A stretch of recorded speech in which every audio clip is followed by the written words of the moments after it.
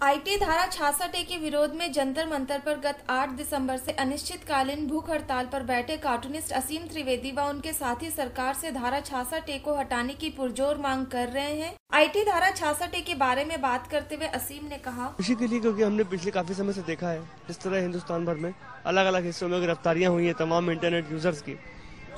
जैसे कोलकाता में मुकेश महापात्रा, पांडिचेरी में एस रवि, मुंबई में मुझे, फिर शाहीन और रेनू को, फिर पालघर में अतुल विश्वकर्मा नाम के लोग गिरफ्तार किया गया।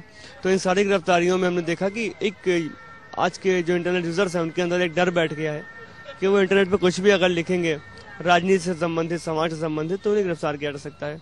एक स्वस्थ लोकतंत्र के रास्ते में ये बहुत बड़ी बाधा है कि लोगों के अंदर एक डर बैठ जाए कि हमें संविधान 1919 में जो अभिव्यक्ति की आज़ादी देता है वो कहीं ना कहीं इस कानून से छीन रही है। तो इसीलिए हमें लगता है कि अब इसे हटाने की जरूरत है, क्योंकि 4 साल पहले जब इस कानून को पास किया गया था तो 15 मिनट के अंदर 8 कानून पास हो गए थे बिना किसी बहस के, बिना किसी चर्चा के, और उसमें से ये कानून था। तो आज हमारी अपील यही है कि इस कानून को हटाया जाए संविधान से, और इसीलिए यहाँ पे हमने ये अनिश्चितकालीन अनशन शुरू किया है कि उस कानून को संविधान से समाप्त करें, 66A के धारा को।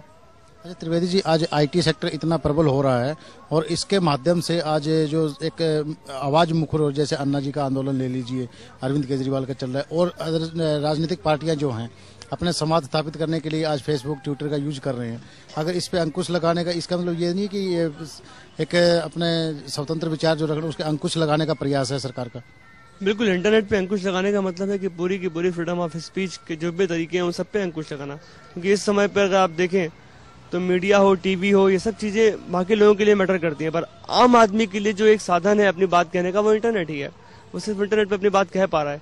आपने पिछले जितने भी अभियान बहुत लंबे समय में छिड़े हैं इधर के 1-2 साल के अंदर, उन सबकी सफलता में, चाहे वो अन्ना आंदोलन रहा हो, इंटरनेट का बहुत बड़ा योगदान रहा है।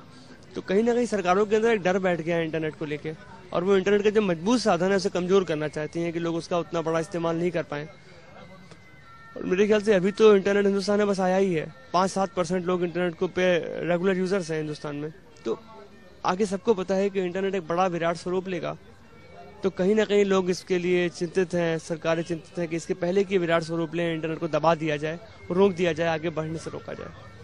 अच्छा, एक बर्बरतापूर्ण रवैया अपनाया जा रहा है कि कुछ भी आज आपके अगर कुछ मैटर डालते हैं यहाँ पे फेसबुक पे या ट्विटर पे, तो उसमें से कुछ अंश उठा करके बता दिया जाता है कि यह आपत्तिजनक है या नहीं है, जबकि पॉलिटिशियंस या मतलब अदर सेक्टर का कोई भी अगर प्रभावी व्यक्ति अगर यूज करता है और उसके बारे में कुछ कहा जाता है कि आपत्तिजनक है, तो उसके बारे में कहते हैं कि पहले जांच करेंगे उसके बाद बताएंगे कि आपत्तिजनक है कि नहीं है। तो आपके मामले में ऐसा क्यों नहीं देखा गया कि आपके ऊपर भी देशद्रोह का मुकदमा चलाया गया? तो इसके बारे में आपका क्या?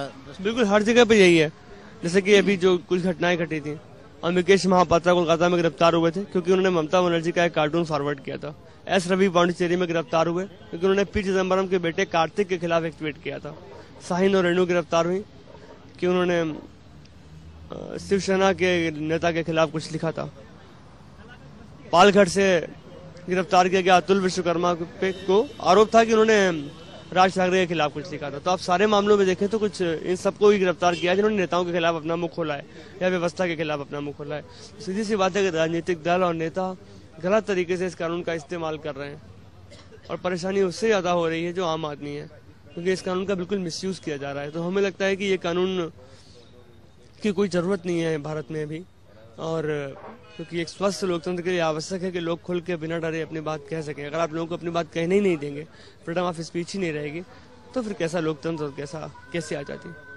त्रिवेदी जी, आपका जो अनिश्चितकालीन धरना जो है आज आपका, तो इसका स्टेप आप कहाँ तक लेके जाने का विचार है? देखिए, अनशन का उद्देश्य यही है सरकार को इस पे इसके लिए दबाव डालना कि वो कानून को बदलें, कानून को खत्म करें, 66A को बदलें। हम पूरे आईटी एक्ट को हटाने की बात नहीं कर रहे हैं, हम आईटी के सिर्फ 66A की धारा है उसे हटाने की बात कर रहे हैं। तो इसका उद्देश्य यही है, जब तक सरकार इस बारे में कोई स्टेप नहीं लेती है 66A को हटाने के लिए, तब तक ये अनशन जारी रहेगा।